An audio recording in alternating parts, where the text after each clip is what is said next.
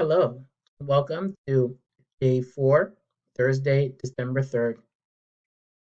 Let's see what we have to do for today. First, you'll watch this video. Then you'll click async. You have two activities in async.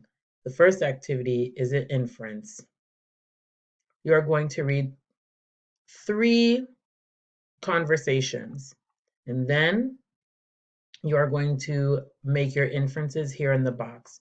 Be sure to label conversation 1, answer the 3 questions. Conversation 2, answer the 3 questions. Conversation 3, answer the 3 questions, and then post. Okay. Second activity is from your textbook.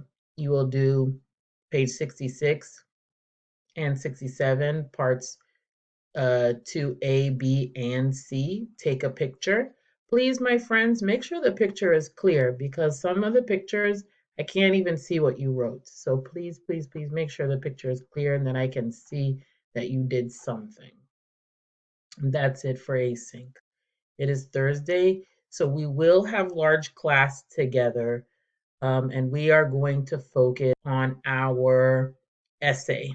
All right, so we're going to read some articles with anecdotes if you need to use anecdotes and keep working on our POV.